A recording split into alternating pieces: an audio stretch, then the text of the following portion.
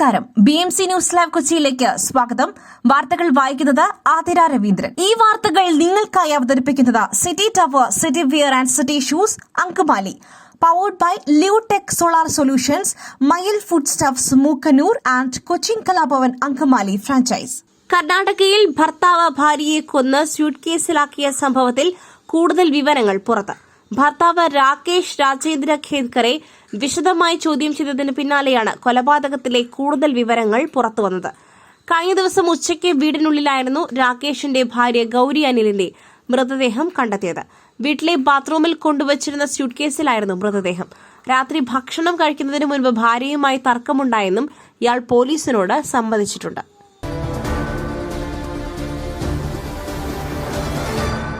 എമ്പുരാൻ സിനിമയ്ക്ക് ഹിന്ദു വിരുദ്ധ രാഷ്ട്രീയ അജണ്ടയുണ്ടെന്നും അത് ചരിത്ര വസ്തുതകളെ ബോധപൂർവം വളച്ചൊടിക്കുകയാണെന്നുമുള്ള വിമർശനവുമായി RSS മുഖപത്രം ഓർഗനൈസർ സാമൂഹിക ഐക്യത്തിന് ഭീഷണി ഉയർത്തുന്ന രീതിയിൽ തികഞ്ഞ പക്ഷപാതത്തോടെയാണ് സിനിമയിലെ ഉള്ളടക്കം കൈകാര്യം ചെയ്തിരിക്കുന്നതെന്ന് ഓർഗനൈസറിന്റെ വെബ്സൈറ്റിൽ പ്രസിദ്ധീകരിച്ച ലേഖനം ആരോപിക്കുന്നു.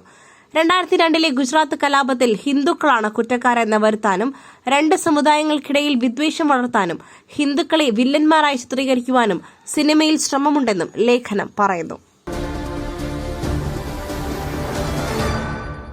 ADMK നവീൻ ബാബുവിന്റെ മരണത്തിൽ ഇന്ന് കുറ്റപത്രം സമർപ്പിക്കും. പ്രതി PP ദിവ്യ മാത്രമെന്നും മരണകാരണം യാത്രയപ്പ് യോഗത്തിൽ PP ദിവ്യ നടത്തിയ അധിക്ഷേപമെന്നുമാണ് കുറ്റപത്രത്തിലുള്ളത്. പ്രാദേശിക ചാനലിനെ വിളിച്ചു വരുത്തി ദൃശ്യങ്ങൾ പകർത്തി പ്രചരിപ്പിച്ചതും PP ദിവ്യ തന്നെയെന്ന് കുറ്റപത്രത്തിൽ പറയുന്നു. യാത്രയപ്പ് ചടങ്ങിനെ കുറിച്ച് അറിയുവാൻ PP ദിവ്യ പലതവണ കളക്ടറുടെ PAയെ ഫോണിൽ വിളിച്ചു. ദിവ്യ ക്ഷണിക്കാത്ത ചടങ്ങിനെത്തിയത് കൃത്യമായ ലക്ഷ്യത്തോടെയാണെന്ന് കുറ്റപത്രത്തിൽ പറയുന്നു. മയിലിന്റെ അപ്പം പൊടിയുണ്ടെങ്കിൽ ഇനി ആർക്കും ഉണ്ടാക്കാം. കൊതിപ്പിക്കുന്ന നല്ല ഒന്നാം തരം അപ്പവും പത്തിരിയും. മയിൽ റൈസ് ആൻഡ് ഫുഡ് പ്രൊഡക്ട്സ്, ശ്രേഷ്ഠം സമ്പുഷ്ടം. തിരുവനന്തപുരം ചിറയൻകീഴിൽ SIയെ കുടുംബ വീട്ടിൽ തൂങ്ങി മരിച്ച നിലയിൽ കണ്ടെത്തി. AR ക്യാമ്പിലെ SI റാഫിയാണ് മരിച്ചത്. ശനിയാഴ്ച പുലർച്ചെ അഴൂരിലെ ഒഴിഞ്ഞുകിടക്കുന്ന കുടുംബ വീട്ടിലാണ് റാഫിയെ മരിച്ച നിലയിൽ കണ്ടെത്തിയത്.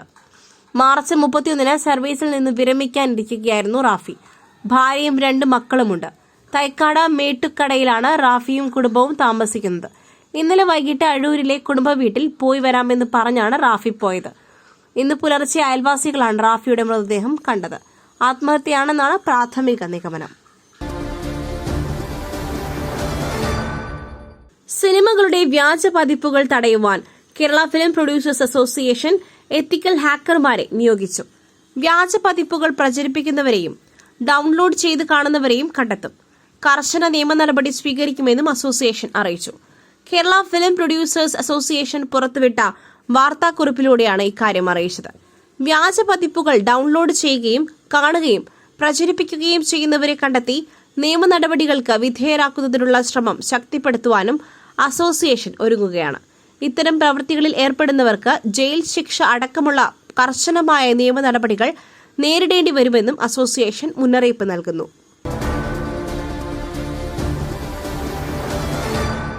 താരിഫ് യുദ്ധത്തിനിടെ ഇന്ത്യൻ പ്രധാനമന്ത്രി നരേന്ദ്രമോദിയെ പുകഴ്ത്തി US പ്രസിഡന്റ് ഡൊണാൾഡ് ട്രംപ്.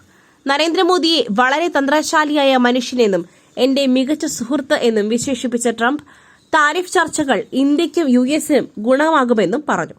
ഇന്ത്യയും മറ്റു രാജ്യങ്ങളും അമേരിക്കൻ ഉൽപ്പന്നങ്ങൾക്ക് ഈടാക്കുന്ന ഉയർന്ന താരിഫുകളെ ട്രംപ് ആവർത്തിച്ച് വിമർശിക്കുന്നതിനിടെയാണ് ഈ പ്രസ്താവന.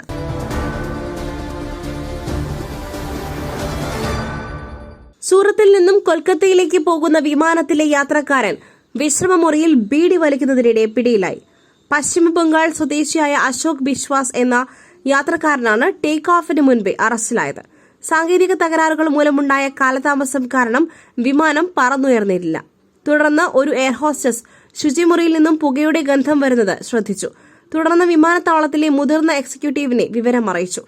അതിനുശേഷം നടത്തിയ പരിശോധനയിലാണ് ബിശ്വാസിന്റെ ബാഗിൽ നിന്നും ബീഡികളും ഒരു തീപ്പെട്ടിയും കണ്ടെത്തിയത്. ഉടൻ തന്നെ ഇയാളെ വിമാനത്തിൽ നിന്നും പുറത്തിറക്കി. സംഭവം എയർലൈൻ ഡുമസ് പോലീസിൽ റിപ്പോർട്ട് ചെയ്ത് യാത്രക്കാരനെ അറസ്റ്റ് ചെയ്തു. മരിക്കുമ്പോൾ മകളുടെ അക്കൌണ്ടിൽ 80 രൂപ മാത്രം. മലപ്പുറം സ്വദേശി സാമ്പത്തിക ചൂഷണം നടത്തി. തിരുവനന്തപുരം വിമാനത്താവളത്തിലെ IB ജീവനക്കാരിയുടെ മരണത്തിൽ സാമ്പത്തിക ചൂഷണം നടന്നുവെന്ന ആരോപണവുമായി പിതാവ് മധുസൂദനൻ. മകളെ IB ഉദ്യോഗസ്ഥനായ മലപ്പുറം സ്വദേശി സുകാന്ത് സുരേഷ് സാമ്പത്തികമായി ചൂഷണം ചെയ്തുവെന്ന് പിതാവ് ആരോപിച്ചു. ഫെബ്രുവരി മാസത്തെ ശമ്പളം അടക്കം മലപ്പുറം സ്വദേശിയുടെ അക്കൌണ്ടിലേക്ക് മകൾ ട്രാൻസ്ഫർ ചെയ്തു നൽകി. മരിക്കുമ്പോൾ മകളുടെ അക്കൌണ്ടിൽ കേവലം 80 രൂപ മാത്രമെന്നും പിതാവ് മധുസൂദനൻ ആരോപിച്ചു. ഇക്കാര്യവും പേട്ട പോലീസ് പരിശോധിക്കണമെന്നാണ് കുടുംബത്തിന്റെ ആവശ്യം. മേഘയുടെ അക്കൌണ്ട് വിവരങ്ങൾ പോലീസിന് കൈമാറിയിട്ടുണ്ട്. തിരുവനന്തപുരം വിമാനത്താവളത്തിലെ IB ഉദ്യോഗസ്ഥ മേഘയെ മാർച്ച് 24-നാണ് മരിച്ച നിലയിൽ കണ്ടെത്തിയത്. ജോലി കഴിഞ്ഞ് വിമാനത്താവളത്തിൽ നിന്നും മടങ്ങിയ മേഘയുടെ മൃതദേഹം ചാക്ക റെയിൽവേ ട്രാക്കിൽ കണ്ടെത്തുകയായിരുന്നു. പ്രണയ നൈരാശ്യമാണ് ആത്മഹത്യയ്ക്ക് കാരണമെന്ന് പോലീസ് കണ്ടെത്തിയിരുന്നു. മേഘ IBയിലെ ജോലിക്കാരനായ യുവാവുമായി അടുപ്പത്തിലായിരുന്നു.